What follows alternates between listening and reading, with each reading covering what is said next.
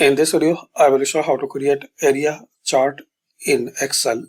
Select your data, then click on Insert tab. Now here, click on this drop down, all charts. In this list, you have to select area. Here you will see option to create chart 3D, 2D. You can see the preview.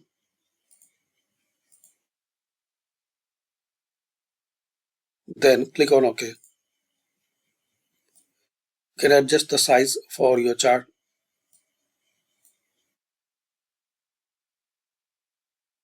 Here you can add your name for this chart.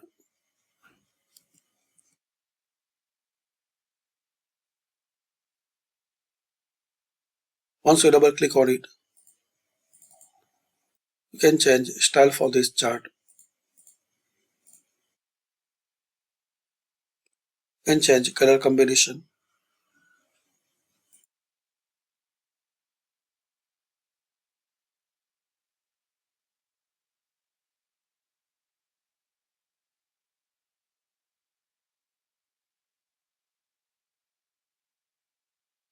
And also there are some more layout for this chart.